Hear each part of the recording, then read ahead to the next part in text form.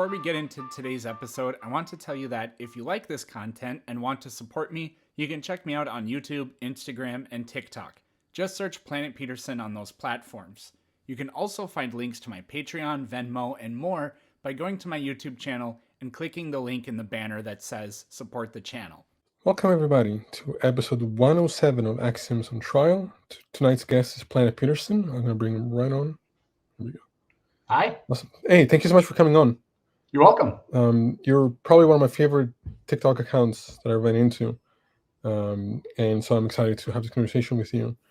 So I guess just to start off, if you wanted to tell the audience a little bit about yourself and your background. Sure. So I'm a high school science teacher. That's my job. I've been doing that for 8.5 years now at this point. And during the pandemic, I had to get very creative with teaching. So one project I started was I put all of my curriculum on YouTube. So I created like crash course styled videos on all my curriculum because I knew the whole next school year would be 100% virtual. So I did that, and I just started thinking about and exploring the idea of doing online education. And YouTube didn't really grow and do much. And I started doing TikTok videos for fun. And a couple of random videos just went viral. And then TikTok added the live feature. So now I go on TikTok Live and I just talk about and debate science with people multiple times a week and make little standalone videos on things I think are cool that I just like randomly learn or whatever. Right. What are some of the common misconceptions that you run into? Because I've seen you engage with a lot of science deniers or people who will talk about evolution or the Big Bang or flat Earth, things like that, and really have no idea what they're talking about. Yeah, well, yeah. So as far as common misconceptions, I mean, so if we're sticking with flat Earth at first. Yeah. When we go there. I mean, they're sort of innumerable. What the biggest problem, and this goes across like every type of topic I talk about, where people just say, you know, they don't think the Earth is flat, but they think evolution isn't true, or they think evolution is true, but the universe is only a few thousand years old, and Earth is only a few thousand years old, or stuff like that. And the flat Earth stuff, it's just a fundamental misunderstanding of how the scientific process works, right? So like the most common thing I hear is, oh, you're telling us the Big Bang happened, huh? That's just a theory, right? Yeah. I'm like, okay, so do you know what a theory is? Like a theory is basically the body of work that establishes that something is true. Now we can have a philosophical discussion of what does it mean for something to be true? Can you have absolute proof of anything? Yada, yada, yada. But that's like right out the gate, that's the number one barrier with all of these things. And it's kind of like their excuse to not believe it, I think, because they use this colloquial term theory and don't understand what the scientific process even is in the first place. Yeah, it's so frustrating. There's nothing that bothers me more, it triggers me more than hearing it's just a theory. It's like, look, we live in 2022. Like a quick Google search would tell you the difference between the word used colloquially and what it actually is in the context of science, and they just don't get it. It boggles my mind. Yeah, I mean, it would be like somebody saying, "I think LeBron's pretty good," and a person going, "LeBron's just a basketball player." Right. It's like, there's a difference between the guy shooting on the hoop that doesn't even have a net at the park, and somebody who is a professional athlete, right? There are steps that have been taken for him to get to where he is, and it's the same thing with it's the same thing with the scientific enterprise too. Right. Yeah. I think. Do you think the problem is a lack of science education? Like, is the system failing us, or is it, dogmatism as well? Like they just already have their agenda, and they're going to be closed off to whatever information can be brought to them? I think it's both. Before we go to that, Yeah. I want to stick on the original thing. So like some common misconceptions. So we can rattle through some of those, but like with the flat Earth thing, what are some common things? I had somebody say to me the other day, the Big Bang, they just keep changing that. At first, they said it was just like a big sound wave, but then we found out there's no sound in space, so that debunked it. I was like, this is not a single thing that you said there remotely comes close to the idea of what it is. Right. So I mean, there's that. That's another common attack on scientific ideas, is that they change over time, which is really silly to me, because if we learn new facts and then we admit that we were wrong in the past, somehow people say that that's a sign that it's not a good enterprise, or something like that, which is really silly to me, because that's what I call accountability, right? We see this in the political sphere, where people somebody like Donald Trump has been wrong uncountable number of times, but has never admitted to being wrong about anything ever. Yeah. And like the media, they get things wrong, and obviously sometimes they don't admit it, but when they do, it's like they're disincentivized even to admit it, because somehow that doesn't equal accountability. Somebody who's always wrong and never admits to being wrong is then viewed as being infallible. And that to me is very ridiculous, and just kind of a dangerous way to think and see the world. Yeah. One thing I want to add to that is the fact that when people say science changes, they somehow think that when a theory evolves or we get new information and we update the theory, then no, we just throw the theory out the window altogether. Mm-hmm. That's not how science works. That's not how science evolves. So it's not the case that we just get rid of what we thought prior altogether and it's just gone. No, it's now we have a more complete and how would I say it, precise model of reality than what we had before. It's not that it's an entirely different thing now. Yes, I've had conversations with people who insinuate that if there's a possibility of a 1% error, then that means that the theory is wrong. And it's like, okay, well, yes, but also very much no, because it depends on what we're talking about here. But yeah, so one of the most common things that's getting thrown around is I haven't heard it that much in a while, but for like 2 months, every single time I did a live, people are saying, "Did you hear that James Webb debunked the Big Bang?" Yeah. I was like, no. So to what you were saying, in science, when we learn new information, like the Big Bang, we're learning things about the cosmology and the timeline of our universe, which is new information. I wouldn't say that it's debunked anything we previously knew. It's just uncovered new information, because the James Webb has higher resolution than the Hubble, so it can see farther in the past with more clarity. So it's seeing things that we didn't know were there. We weren't saying in the past, we know everything, and if anything changes, then it means we know nothing. That's never been the case of what it is. Right. So then people say like, oh, well, they found some galaxies, so that's a huge problem for the Big Bang. It's like, no. A problem for the Big Bang would be if the James Webb did not detect that we live in an expanding universe. Right. I have what's really funny is every single person now that tells me they don't think the Big Bang happened, I ask them if they agree we live in an expanding universe, and they pretty much always say yes. And then I let them know, okay, well, you think the Big Bang happened then? Right. I go, no, I don't. You do. You actually do.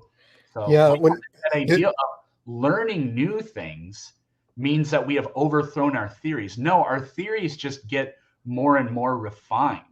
Right.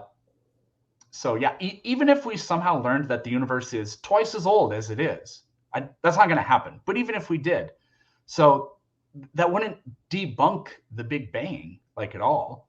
It Yeah, would, I because often hear people talk about the Big Bang, say it's like an explosion from nothing. It's like, no, that's not at all remotely what we're saying. It's just exhausting. yes, that's another one that I get all the time. So you think the universe came from nothing? No, I don't. The Big Bang doesn't make any claims. When it comes to the Big Bang, that's the number one thing.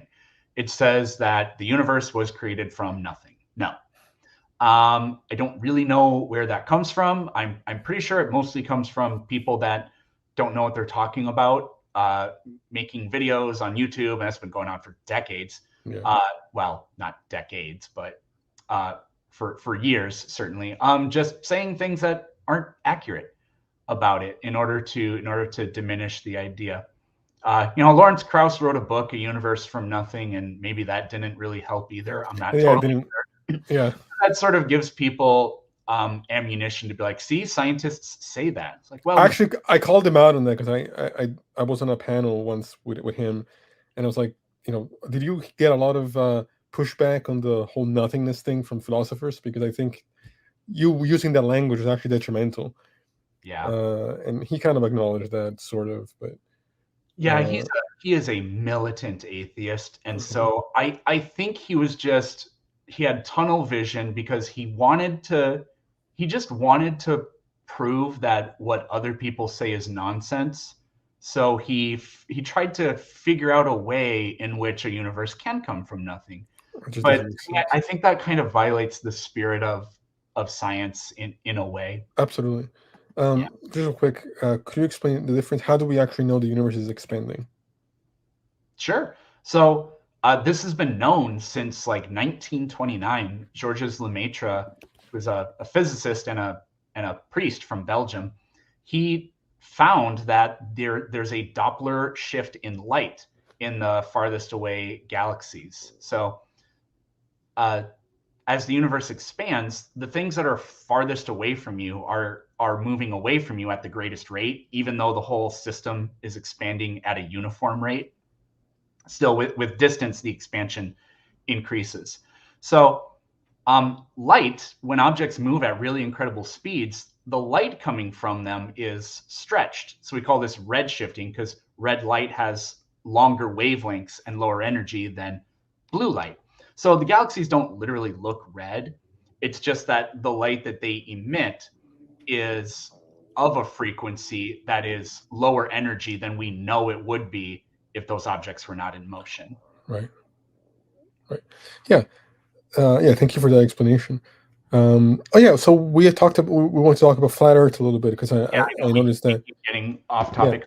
So they really have the biggest problem with flat Earth theory is that it's not a theory, it's not a model, and it can't make any predictions, and it contradicts itself because it does special pleading for every single observation, but that special pleading cannot unify anything together. It doesn't work. So in science, an actual scientific theory, what it does is it makes accurate predictions across a wide range of different phenomena and observations. So, for example, the theory of plate tectonics explains why volcanoes exist and why they're more common in the places that they are, why earthquakes happen, why we have mid-ocean ridges, why mountain ranges exist specifically where they do. The phenomenon of the continental puzzle is fixed by that.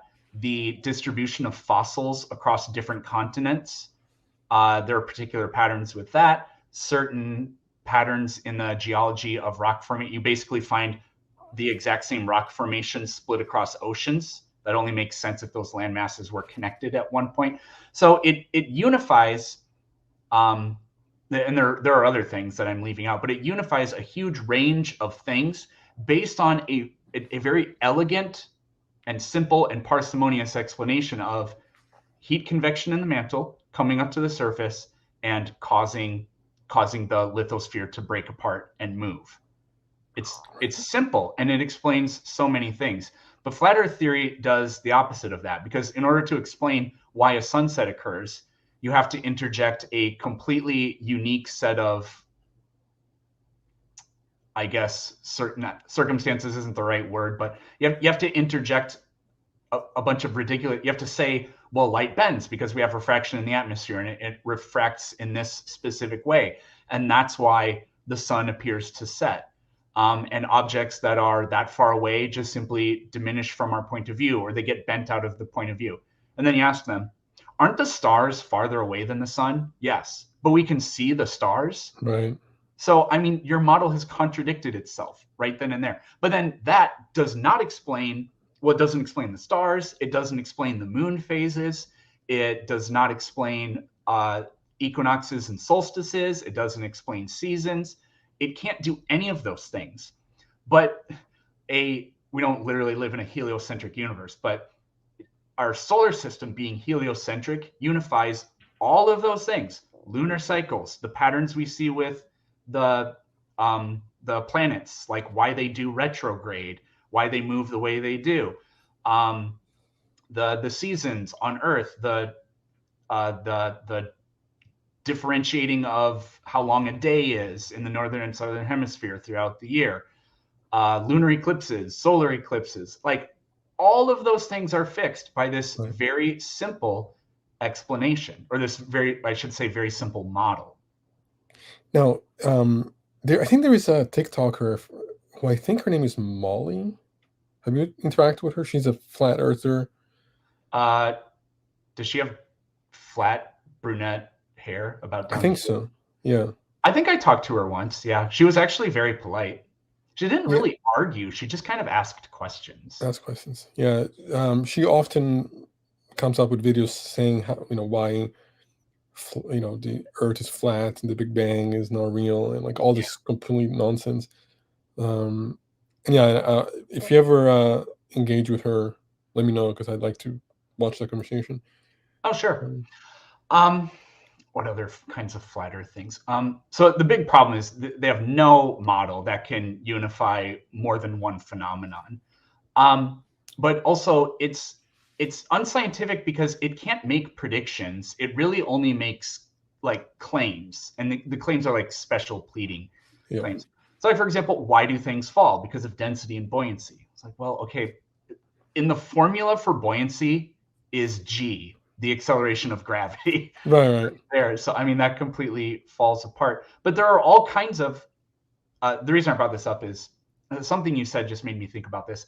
Flat earthers mostly critique the globe model, but they don't support their own model. I mean, not really, not in any real way, because you can't, because there are no experiments that you can do that will consistently support the idea that Earth is flat. So like, for example, if materials sort themselves out by density, then if I take a closed container with water and air in it and I put it into free fall, then the water should always stay on bottom and the air should stay on top. But it doesn't, because when you remove the force, which is the acceleration of gravity acting on it, then it's in a weightless environment and density and buoyancy becomes irrelevant at that point. What do you think motivates somebody to hold such ridiculous ideas? Is it just, I mean, I can understand why people are religious, even though I've never been, but to be a flat earther, I just can't wrap my head around it. It's just a way to feel like you're in the know, a way to feel special. Like, what is it? So that's one of the things where I'm like, is that pretty much what's going on here? Because like the idea that some guy named Kyle, who lives in Atlantic City, knows something that only a tiny fraction of the population knows, despite having done no scientific investigations or research on their own, and has uncovered this massive cabal, is just, I mean, that's hilariously improbable, So I don't know if there's like this, maybe there's some that could be part of it for a lot of them. Like I've done something important, or I don't know, maybe that has something to do with it. But I think it comes from I think thinking the Earth is flat mostly just comes from a fundamental lack of trust in institutions. Now, we Yeah. see that manifesting itself in all kinds of different ways. The anti-vaccination movement is probably, I think a lot of it has to do with that. That really started like in the early 2000s, before anyone was really on the Yeah. internet doing a whole lot except for sending emails. Um,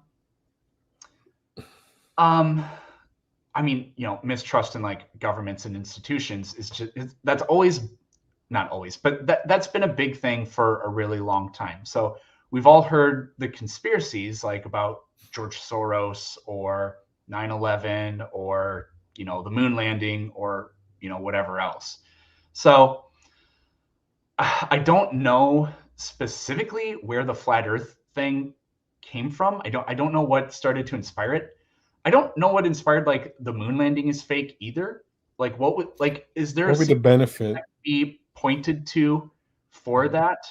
That's another weird one where it just kind of gained popularity and then just started to explode. I think it's one thing to be skeptical of government. I think that's a good thing. But Yeah. when that becomes conspiracy theories, where now anything that you hear, you're just gonna call fake news because it doesn't fit your agenda. And then now you're not trusting the government, fine, but now you're trusting random person on the internet who's making up connections that make no sense. It's just, yeah, it's terrible. So I've been thinking about conspiracy theories more than I usually do, which is to say more often than never. Yeah. And not the theories themselves, but like why people believe in them. So I have a couple different perspectives on this. So we know that conspiracies do happen, Mhm. right? Like some really messed up ones, and some never happened but were planned. Like we know that that's happened, and the United States government has carried some out, and there have been. I mean, like you could call Enron a conspiracy, I guess, Right. in a way, and some other things. So it happens like in business, obviously. Normally we call that like collusion or whatever, and in government too. So at least, like for sure, some conspiracies are true, but the problem is we don't know which ones are true. And what the conspiracy theorist seems to do in my mind is they just kind of throw in with all of them. Because any of them could be true, they're sort of a supporter of all of them, which in a way kind of makes sense. But if you think about it rationally, it's not a very economic belief system. What I mean by that is, let's say that let's just take like the 100 top conspiracies. Let's say that 49 of them are true, which is way too big of a number. But let's just say that it is. Let's say 49 of them are true and 51 of them are false. Me, the skeptic, it is more like economically, I'm better off doubting every single one of them because on average, I'll be right more often than you are. Right. Yeah. But getting back to the point, some of those conspiracies are true. So there's no problem really in thinking that some of those conspiracies can be true. And I think it would actually sort of be irresponsible to say, I mean, this is like if you just say my government can never do anything wrong. Well, that kind of sounds like Soviet Russia or Yeah, that's something dangerous. like that. That's not a healthy attitude to have. Right. But there's like throwing yourself in with all of them just doesn't really make a lot of sense to me. So I am skeptical about all of them, and people are like, you take the fun out of everything because you don't think aliens even could be real, or blah blah blah. And I'm like, yeah, but like if we actually think about this economically, me being skeptical about all of them, it may make me look like a pompous ass. Sometimes it may make me look like a know-it-all, even though I don't literally know. But on average, I'll be right more often, and that's important to me. Yeah. Yeah, I don't think that no saying that something is unlikely doesn't mean that we're claiming to know for certain that these things aren't true. It's what matters is what actual evidence can you provide to support these claims. I'm going to be skeptical of everything the government and the claims that some random people are making for their own psychological issues. One thing I got today that was really exhausting was somebody saying that the Big Bang Theory violates the laws of physics. And nope, it's such a dumb, like, the laws of physics constructed the Big Bang Theory. Right, exactly. And I get so tired and demoralized sometimes when I see people make these kind of claims. But that's why I'm doing what we're doing now, right? Like, because I want to spread awareness for people and science education and things of that nature. Yeah, I guess maybe my journey on TikTok kind of transformed, and I didn't really notice that. Well, I made a conscious effort to do this, but a long time ago, but I kind of forgot that I did it. So my TikTok channel, I would describe it as being educational and entertaining at the same time. But it started, what I had in mind was I would literally just teach people random facts, and maybe I would do like a series where I teach them about, like, I take something in science and like do like 10 videos explaining it or something like that. But what it's actually turned into is I do still think I'm educating people, but what I'm hoping they're actually learning is how to think, not what the facts are necessarily. Right. We have to use facts, definitely, but it's become more of this is hard to do. It's hard for me to do, and I'm not successful at it all the time. But it's just sort of like, well, let's compare ideas and think about which one makes the most sense, if there are contradictions within the statement, if it reflects reality at all, if it like how was the argument constructed, and so on. No, yeah, and I think that's something so important that I think is lacking in schools. It's not just teaching facts, but teaching how to think. How to apply critical thinking. And like I believe that philosophy should be taught, very young. As far as I think it should have been taught in high school. It shouldn't be just be an elective in college. It should be a mandatory class to take in high school, maybe even before that. Yeah. So I am a teacher. I've thought about this. For a while, I've thought there should just be a class there should be a class called critical thinking, and you should have to take it in middle school. Yeah, I was thinking, but lately I just wonder. I obviously don't know, but I wonder. There is a class called critical thinking, or it's kind of supposed to be, and you may think this is weird, but it's called English. Now, that might sound weird, but no, I get where you're coming from. Yeah. But my justification for that is, the average American adult reads at like a 7th grade level or an 8th grade level. So, what you're supposed to do in English is, dissect a story or a piece of it. It can be fictional or non-fictional, whatever. You're supposed to dissect it and like try to understand what were the author's intentions and goals. What is the, although the person is not mentioned in this sentence, who is this sentence about?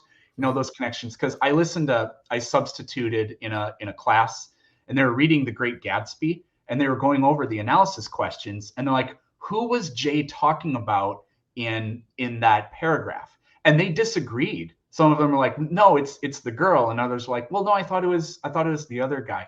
So I wonder if sort of a lack of not fluency. I don't know what the word. My brain is failing me right now. But I just wonder if sort of a lack of understanding of those kinds of things, like in our English literacy, is. I wonder if we promoted that, if that would fix a huge chunk of the problem. I think it would. That's my big wonder there. I'm not really sure. I think it would, and I think it shouldn't be just one class. like I think some, I just saw it some in the comments. Bone says reason, logic, and critical thinking should be mandatory teaching for all parents before each child. The knowledge must be accessible to the child as early as possible. Like I think that, like I said, I think philosophy should be introduced as early as middle school, or at least early high school, because this is where we're at now, where people can't rationally navigate the world or concepts. I mean, the amount of times I get people on my lives telling me, "Well, prove that God isn't real," or prove that this is Yeah, like a logical impossibility. yeah, it's like understand what the burden of proof is. Like I would never claim to be able to do that. It's just exhausting. That Yeah, that's a common thing I see too. People just don't understand. Like there's this guy who does lives all the time, and his background, one of the things says, prove God doesn't exist. And I've never talked to the guy, but I've tried to. His guest box is usually pretty full. He skipped over me once. I waited so long, and he just skipped me. I was like, oh, you gotta be kidding me. Yeah. But like I was just gonna say, like, he's articulate, and he seems like an intelligent person. So why would you even put that in there unless you don't understand it? Because if you do understand it, then what you're doing is, like, that statement or that challenge is the intellectual equivalent of like a rigged carnival ride. Like it's unassailable, but that doesn't mean that you're right, because an idea is not assumed to be true until proven false. That's not how it works. right. That used to be sort of the attitude that we had until the scientific revolution, because what distinguishes science from other disciplines is the act of actually testing out your claim, right? You've maybe heard people say that science is confirmation bias. Yeah. But if you have a hypothesis and then the scientific method demonstrates some credibility to it, that's not confirmation bias, because you went out and tested your claim. Confirmation bias is when you data mine. You don't test your claim, but you just data mine for data that supports your claim. Whereas in the scientific method, you actually produce the data, and you don't know what the data is going to be. Now, errors can happen in science, but it's always the scientific method itself that corrects those errors too. So Right, 100%. Yeah, it's which actually kind of brings me to something I wanted to discuss with you, which for me is like one of my biggest triggers, is presuppositionalism. It drives me crazy. I think it's the bottom of the barrel. What's that? Yeah, it's such bullshit. And so when people say, well, you're using the laws of logic, or using logic to justify logic, somehow that's a problem. And to me, it's like I can recognize, like, even when, as far as let's talk about the senses for a second. Like, yes, my senses can be flawed, but I come to recognize those flaws still through my senses. yes. This shouldn't lead anybody to think that we're somehow incapable of producing truth in certain contexts just because there are limitations to our senses. And with the presup argument, to me, it's, I don't think it's a presupposition to one. If I want to see if a pen works, I pick up the pen and I try to write with it. I'm not presupposing that the pen is going to work. I'm observing the fact that it works. Yeah, I've heard them say, like, the laws of logic don't prove that they will be true in the future, or something like that. So you have to presume that the laws of logic are absolute, and therefore they could only come from an intelligent mind or something like that. To me, presuppositionalism is exhausting, and it's hard to discuss and debate.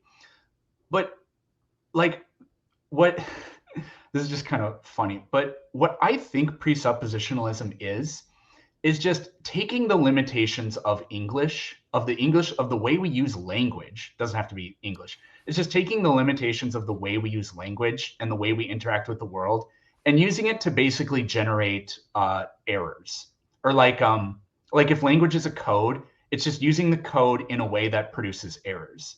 It's like, sometimes we do get stuck in places, but that's just the limitations of language. I mean, that doesn't prove, therefore, the Christian God is real or anything like that.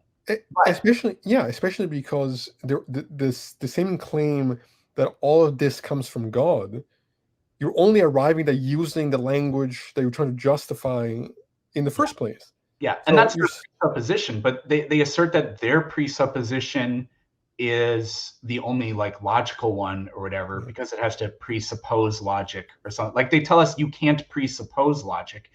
And so I had a discussion with, it was with several people and a presuppositionalist, and we kept telling them, no, actually we don't presuppose logic. And then they go, well, that's absurd. Like, then you're just admitting, like, I was like, no. Because if I presupposed the logic, if I said logic is absolute and I constructed a logical argument, then wouldn't I just have the right then to therefore claim that my argument is true because it's logical?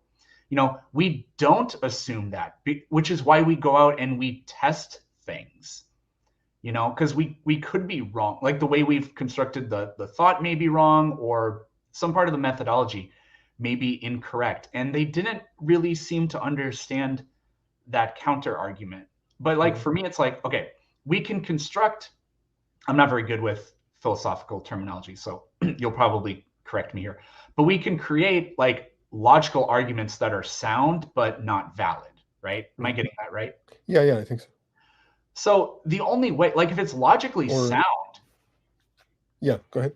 If it's logically sound, then how do we determine whether or not it's true? Like if I say all elephants are named Bob, no, would be a better one. All elephants have umbrellas.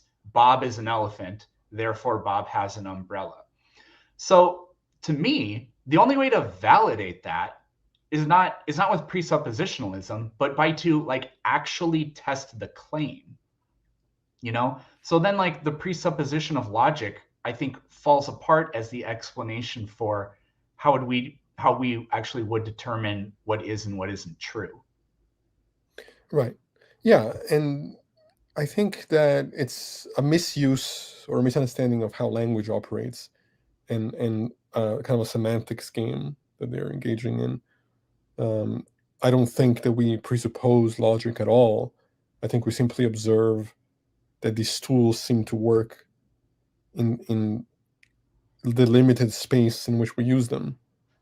One thing I wanted to ask you as well is, what are some of the misconceptions that you've heard about evolution? One thing that I always hear is, oh, microevolution is true, but macroevolution isn't, which is absurd because macroevolution is what happens when microevolution is the case. That's one I've heard, but I don't know if you've heard of other ones. Oh yeah, I hear that one all the time. That one, to me, I had a conversation with somebody about that exact thing a couple of days ago, and I walked them through this. I was like, okay, let's say that, like, will you admit that micro mutations or microevolution happens, right? Okay, well, so a micro evolution or a micro mutation happens within a population. Does that micro mutation or evolution ever go away? No, like it stays there. Okay, well then in the next generation or 5 generations later, whatever, in whatever amount of time the initial micro mutation or whatever you said occurred, then in the next time interval, more of them would occur, different ones. So now we have the original one and new ones. And he's like, yeah, okay. That's just going to keep happening. So eventually, if you add up a bunch of micro evolutions or micro mutations across huge numbers of generations, then what you have at the end of that process is macroevolution. That's exactly what would happen. I always use language as my example. There was a time when nobody on the planet spoke English, but every single person speaks the same language that their parents spoke. unless they're born deaf or something like that, right? Mm. So every single person speaks the same language that their parents spoke. However, out of that process, completely new languages evolve, not overnight. What they I don't know what they mean by macroevolution doesn't happen. I'm pretty sure they have it in their minds that, because a lot of them say a dog can't give birth to a cat. I agree. Scientists agree. Yeah. Because that is stupid. But what isn't stupid is the idea that, although it seems kind of absurd, every organism is the same species as its parents was. Just like every language spoken is the same language as the parents spoke. Yet, over time, new species can develop. Not overnight, not in one generation. And that's not how language evolves either. If you would go backwards in time in 10-year intervals, you'd be able to talk to everybody up to a certain point where you'd be like, no, I can't communicate with these people at all. Their version of English is so different that it's impossible, right? But it's still English. They also happen to think that they talk about evolution like it's Pokemon. Like they don't recognize how it actually works. They have this very confused understanding of what's going on. I wanted to read you this question. Can Planet Peterson tell us a bit about what science subjects he teaches and what excites students? I have taught pretty much everything. I currently teach chemistry and physics, which are not my fortes. Physics, especially. I've actually gotten pretty good with chemistry. What I'm awful at is conversion factors. I do it in a different way because I don't have a strong enough like mathematics background for that kind of thing. Just the logic of how to do it doesn't work for me. I do it in my own I have my own methodology, which works well for me. But my degree is my undergraduate degree is in biology. And then I have a master's just in teaching, in curriculum instruction and educational technology. I started off my career teaching biology and earth science, which includes astronomy too, and anatomy and physiology. So the earth and space science stuff, I just had to throw myself into that. But I think I have a really deep understanding. You have to take tests to earn a credential to teach a high school subject, and there's specific. Yep. There isn't a general science test that you have to pass. You have to take a biology specific test, and it's pretty similar to when I took it. It reminded me a lot of my exit exam for undergrad. It wasn't as rigorous, but it was close to that. And then I had to take one for earth science, and it was sort of similar, I thought. So, and I obviously passed that. So I like to think that I have at least a little bit of a expertise in that. And then I teach chemistry and physics, and I've taught like a physical science type of class, and then anatomy, physiology. So, and is there anything specific that your students tend to enjoy or be drawn to more than others? In terms of just like the raw, like if I wrote on the board what we're going to do today, astronomy by far is probably the number one thing. Evolution is, I think they just don't really know what to expect.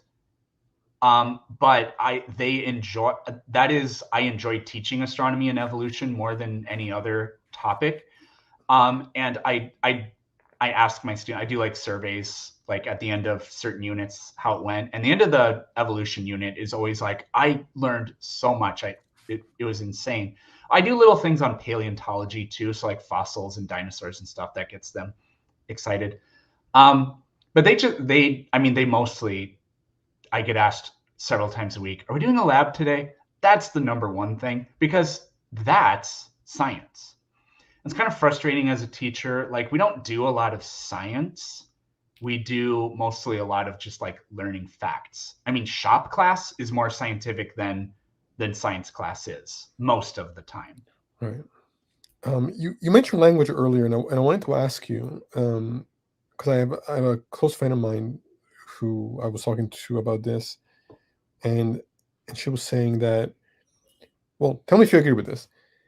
Is language, the success of language, is it based on the capacity to actually understand the meaning meant, or is there such a thing as like wrong, what's the word I'm thinking of? Like the structure of the sentences, that grammar, right? So if we're applying grammar, that like the so-called rules, if somebody breaks those rules and yet the meaning is still communicated, have they done something wrong there? What do you mean by wrong? That's the thing, right? Like a lot of people tend to be very how would I say it? Very anal about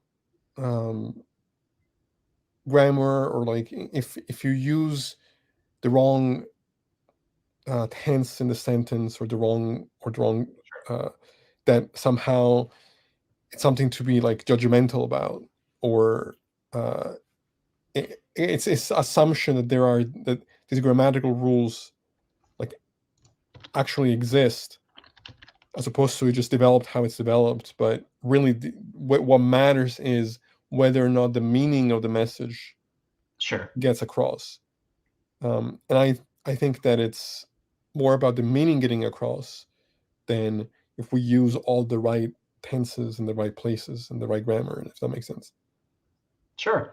I mean, different languages have different grammatical structures. Like, I'm not going to be able to remember. I'm fascinated by language. I've read some books that talk. I've never read a book about language, but many books I've read have chapters about it. And it's fascinating because, like, Hebrew, for example, does not have plural perfect in it. So, like, the way a sentence is constructed, I don't remember 100% what this means, but like there's only, like in English, there's many ways to let somebody know that you're speaking in past tense.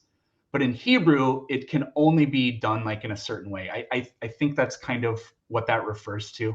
And I may be severely wrong. I don't remember 100%, but something like that. But languages have different grammatical rules. But so if languages change over time, then like to say it's wrong, I mean, I guess I would agree with you. It matters that the meaning and the message was made, right? So like it could evolve to a point where the language is used in a different way.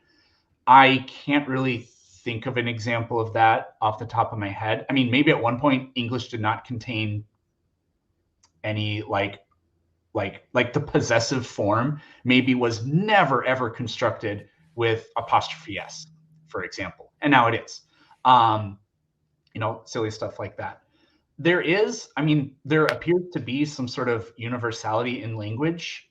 This is why Noam Chomsky got so famous in the first place, because he discovered the underlying mechanism of universal grammar, which I couldn't describe it to you here and now. I just know that that's what it's called, and that's what it's very well known for.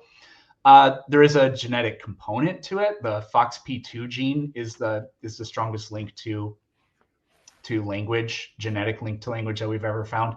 There have been some fascinating cases where there's a really great book about human evolution is called Before the Dawn.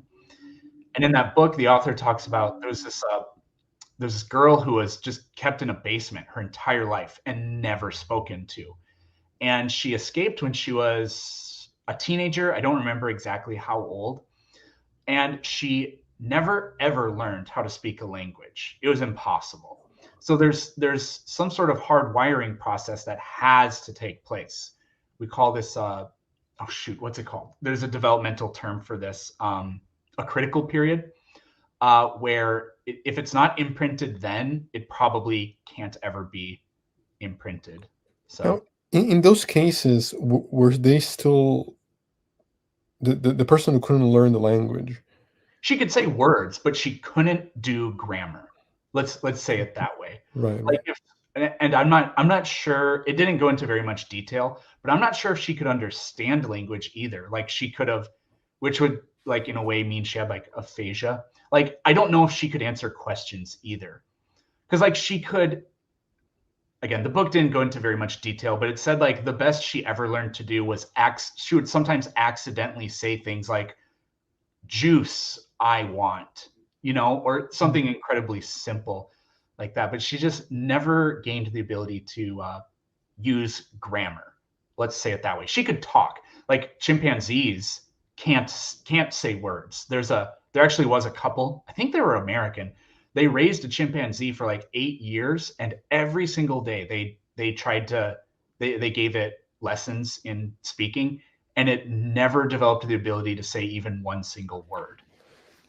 One thing I wanted to ask you, and this is more on the philosophical side of things, because I often hear from people say, that we can't derive an ought from an is, that you have the science over here and you have philosophy over there, and there you can't really have a overlap, especially in the moral sphere. Right. I don't know what your perspective on that is. I disagree with that. So I'm a moral realist. So I think I believe in objective moral truth, and I think that science is a tool that can help us actually reach those truths. And I was wondering, you have, with your background in science, what your perspective on that is? So I think morality is invented, but it can be based in real things. Like if it's like it can be based in logic, and I guess I would say logic maybe is an invention too, but like data isn't fake. Like if we wanted to say like we have to decide what our goals and objectives are. Like if we want to diminish suffering in the world, then then how should we go about doing that? Should we appeal to divine intervention to do it? Should we be utilitarian about it or whatever? So, for me, it'd be like, well, for example, like with smoking. So you'll notice that you've never seen an advertisement for smoking. That's because it's illegal. It didn't used to be, and then like in 1990, I think it was, we decided Congress passed a law that you can't advertise for cigarettes in video or radio or print. You can print a picture of like your brand, but you can't like display people smoking or anything like that, right? So we decided what to do based on the metric of reducing death from cancer, and it worked, right? So like it was, what we decided to do was based in something real, like the data was really there, but we made up what our objectives were. But the objective is still based in something tangible, so it's real in that sense. The way I compare this is usually when I haven't had a discussion of morals in a really long time, but I usually compare it with language again, like I do with evolution. There's these words that you and I are speaking are completely made up. They're not real, but they do represent real things. And even if the language is made up, there is a part of it that's real, and that's the grammar that we were just talking about. Because if I were to say these exact words, but in a random order, you couldn't understand what I'm saying. Unless I wrote them out and then you jumbled them and then you pieced them together. But you could theoretically rearrange those in ways to make them have other meanings too. So the meaning wouldn't be there. That's only possible with grammar. And grammar is sort of like I don't know if it's an emergent feature of language or whatever, but the language isn't real, but the grammar is, right? Because if it wasn't, then I could just say random words in random sequences, and it would have the same value then. But it doesn't. Like clearly, we have to use it in a specific way, and that's as real as anything else can be, if you ask me. I'm not sure that I agree with the realness of grammar. I think it's, for me, the realness comes from what the kind of the dead word or the symbol is referencing. I think it's like I was saying before. I don't think that language possesses correctness in that kind of sense, but it's more in what's contained in the expression that we can come to understanding with. And like, yes, obviously it has to be expressed in a way that we can understand each other, but I'm trying to think of how to express this. I think my perspective on morality is that it's not made up. I think, are you familiar with the term phenomenology? I don't think so. It's just a fancy word for experience, just like consciousness. Right. And my argument is that when we look at the nature of our mind, we discover that there are universals across the board from individual to individual. Mhm. And so when we use words like good and evil or right and wrong, we're applying descriptors to what kind of behaviors lead us to different phenomenological states. So certain actions will lead us to well-being, certain actions will lead us to suffer. And to ask, is well-being good, is to really miss what language is doing when we're using these words. Well-being is synonymous with goodness in this sense. Yeah, it can only be that. It can only be that. And people, critics of my approach, seem to suggest that I'm somehow smuggling in a presupposition of goodness to begin with, when for me it's the opposite. I'm recognizing that there are these differences, and that we intrinsically, by virtue of how we're structured and what the experiences entail, we value certain states over others, and that this is not going to be arbitrary if we have a shared nature of the kind I'm describing. And so that's kind of where I'm at with and in that sense, when people say, well, you can't derive an ought from an is, oughts are always concerned with goals.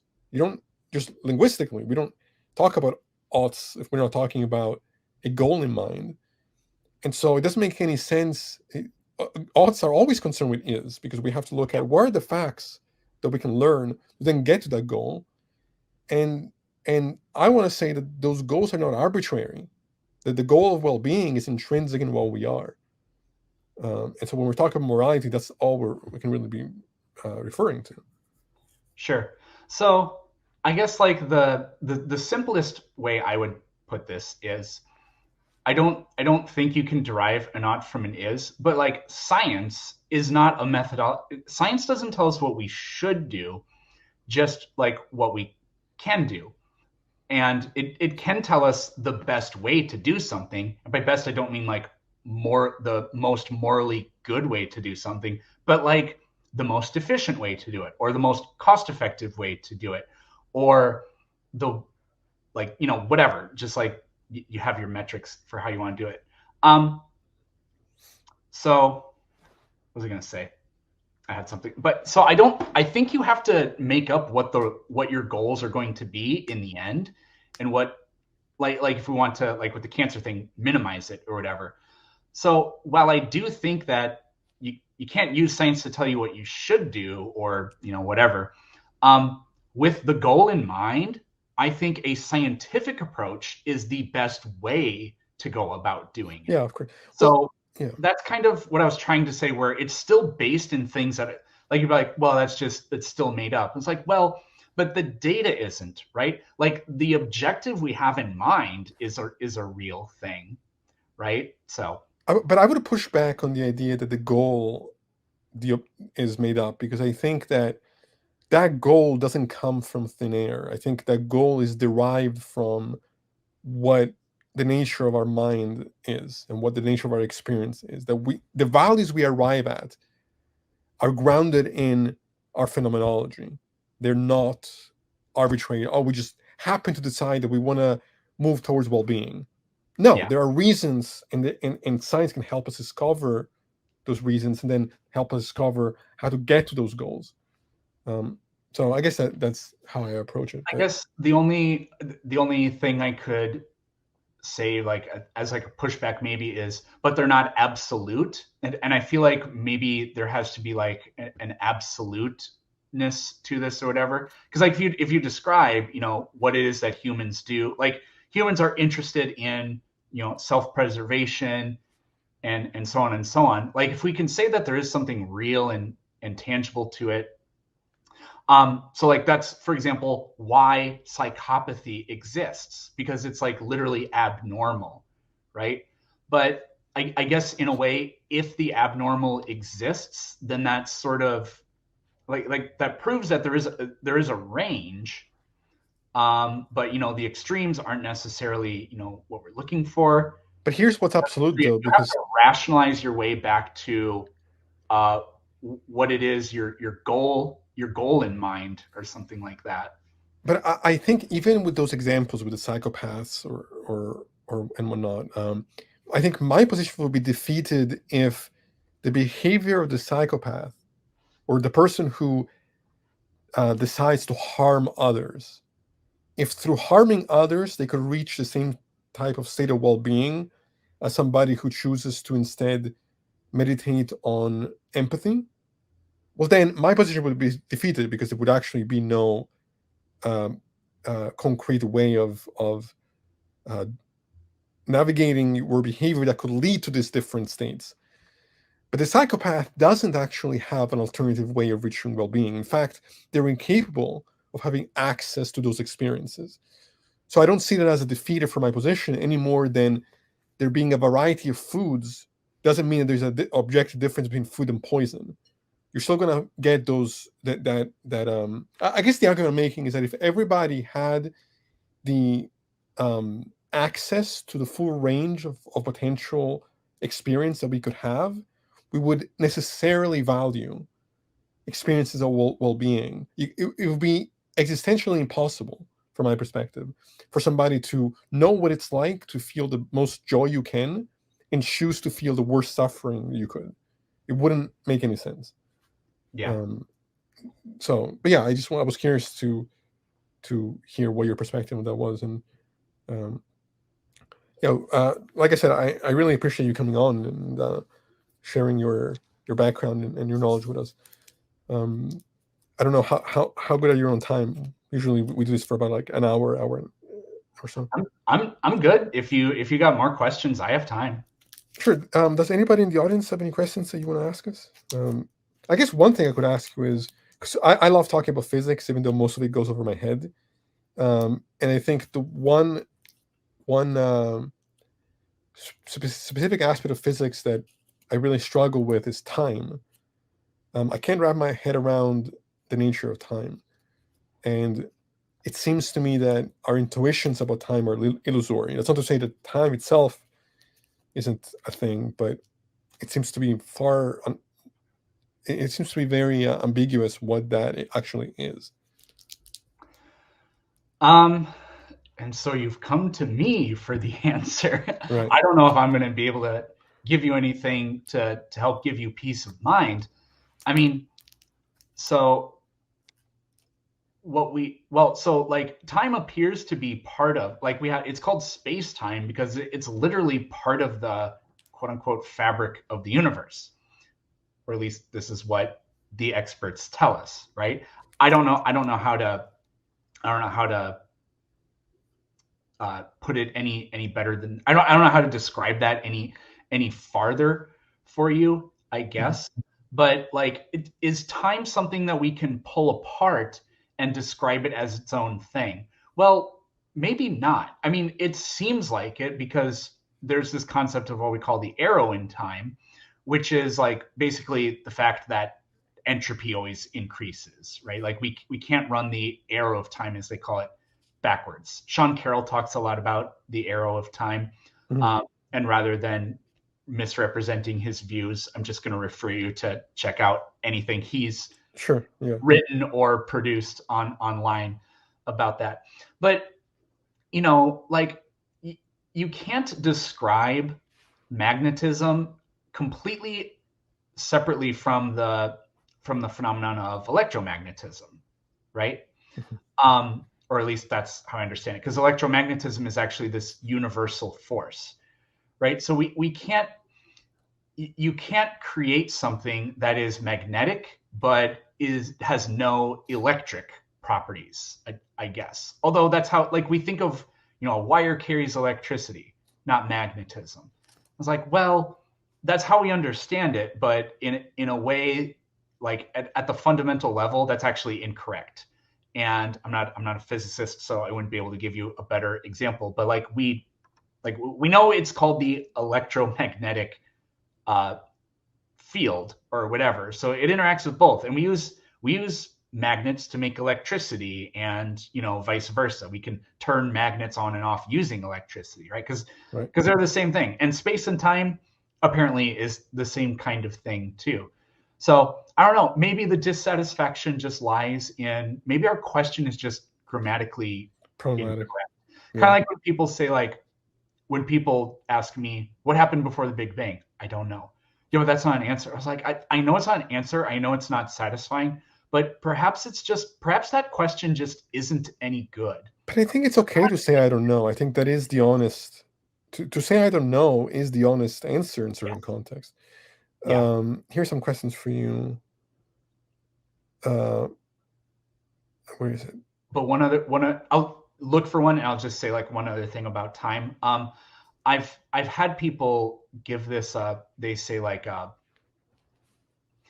they say Genesis is an explanation of the Big Bang, because in the beginning you have, or how do I say it? In the beginning, God created the heavens and the earth, right? So they say we have time, space, and matter right there.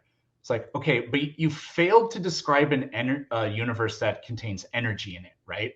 So, like, what would a universe look like with no energy? Well, it could have space and matter, but if there's no energy, then none of that matter can interact, and nothing could ever move. So this would be a universe that doesn't have energy, but then the concept of time would be completely irrelevant either, because the only notion in which we understand time exists is the experience of things change.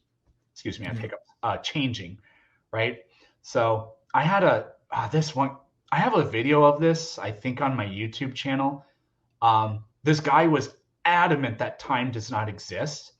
And so I kept asking him, like, okay, describe to me the difference between two objects. They're both going to go to right here.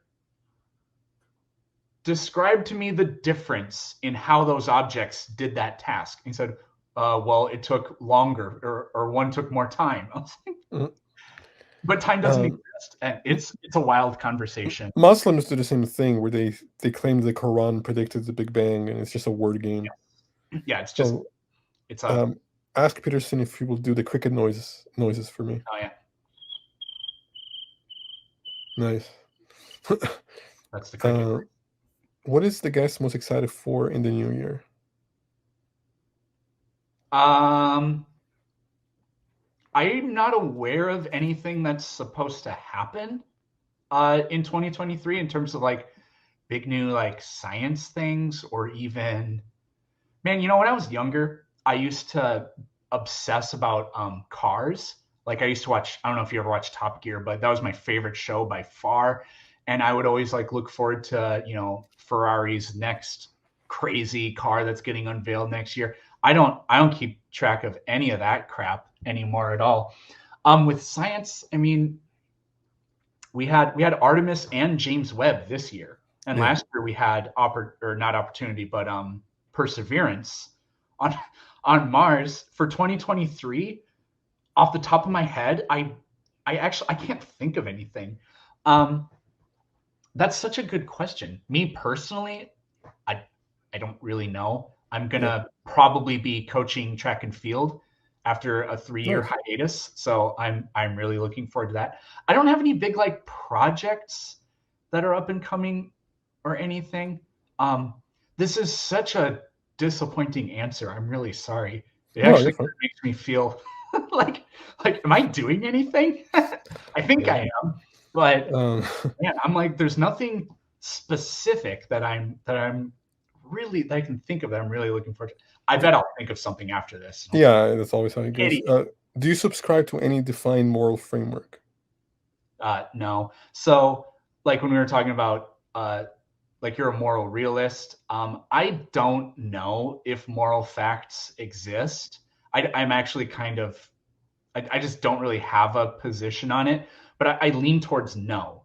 My philosophy and my attitude is we still have to decide what we're going to do, but we can base that in things that actually are objectively true that can be measured. So without going into all that again, that's Sure. basically it. What is your favorite example of evolution to use for those who have a completely wrong concept of it to explain it for them?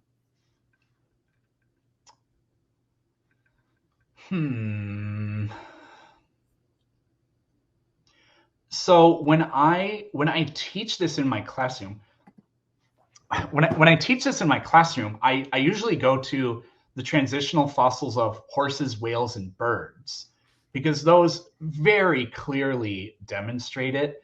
Now, my students, I don't know what my students' opinions are. I don't ask them. I don't poll them. I don't measure my success as a teacher by polling my students and seeing how many of them don't believe in evolution at the beginning versus the end of the lesson.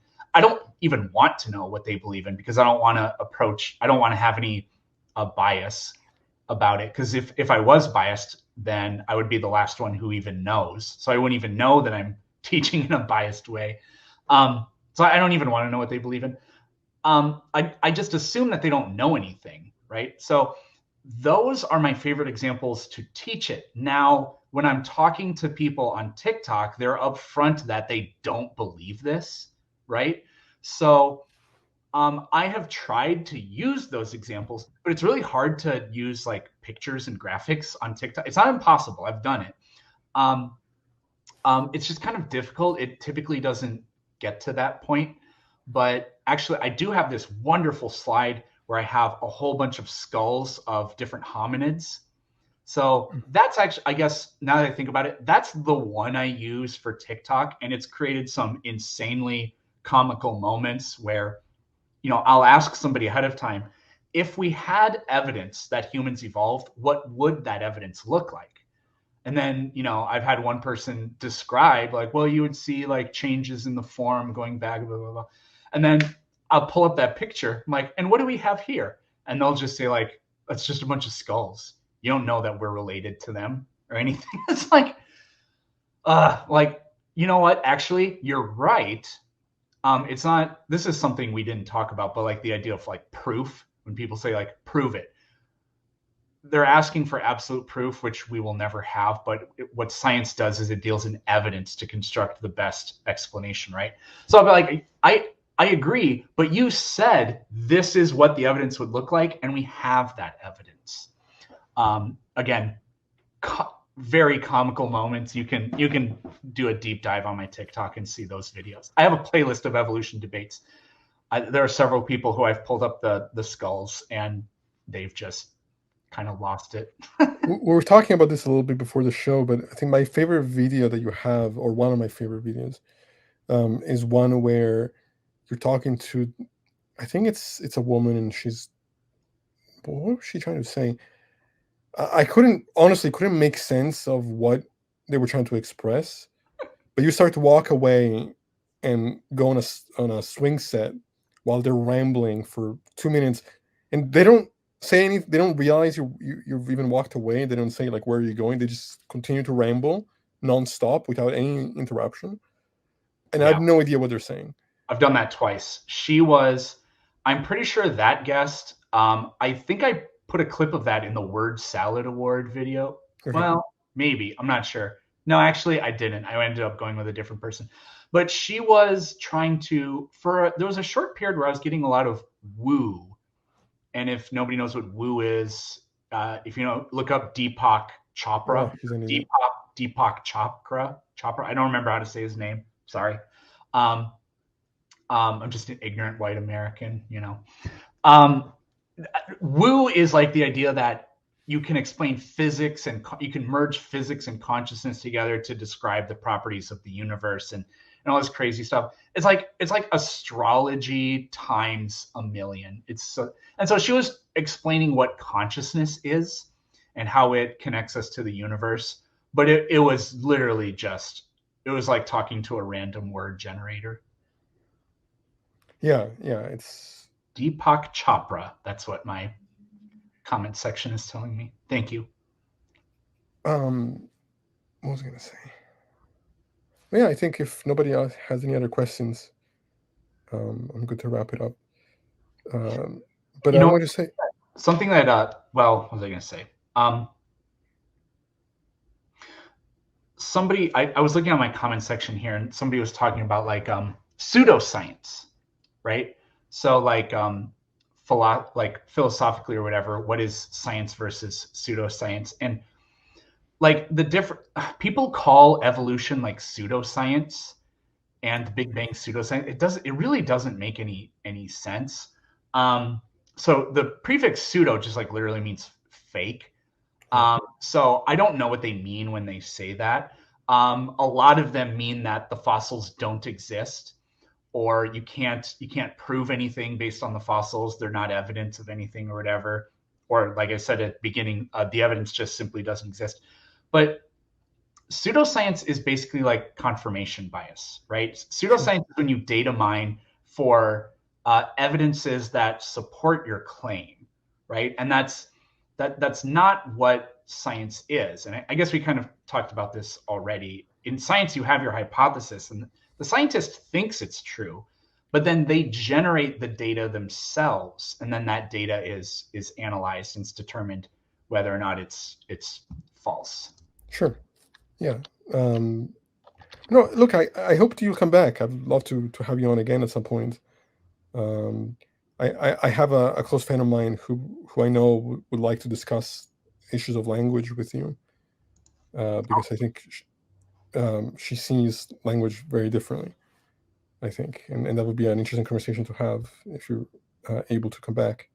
I would have to do my homework to prepare. I'd be interested because it does fascinate me. So Steven Pinker is one of my favorite authors, and he's a lingual psychologist. So he has a book on language called The Language Instinct. I've never read it, but it's kind of like on my to read list. Yeah. It has been for years. I guess I'll just have to get around to it. Okay, well, we'll definitely stay in touch, and let me know when you're available again, and we'll figure something out. Oh, for sure. So thanks again for coming on. I really appreciate it, and thank you everybody as always for tuning in tonight. I hope you guys have had a good holiday and Happy New Year. It's coming up, so with that, I hope everybody has a good night, and I'll be back soon with another episode of Axioms and Trials. So thank you. Oh, and I guess if you want to plug in your TikTok or anything like that. Oh yeah, sure. It's just called Planet Peterson. I have two accounts. One has way more followers than the other, so it'll be pretty obvious. But follow them both, I guess. I'm also on YouTube. Nowadays, pretty much the only thing I do on YouTube is upload my live debates on TikTok. So if you're not on TikTok, you don't care for that, you can still watch like long clips of my debate. Typically, my YouTube clips, I mean, the longest one I think is 2.5 hours long. Shortest one is like 5 to 10 minutes or something like that. But they're usually like in the 20 to 45 minute range. Gotcha. Perfect. All right. Well, yeah, everybody go follow, and thanks again. I'll be back soon. So, good night. Thanks for listening, and come back later for more content.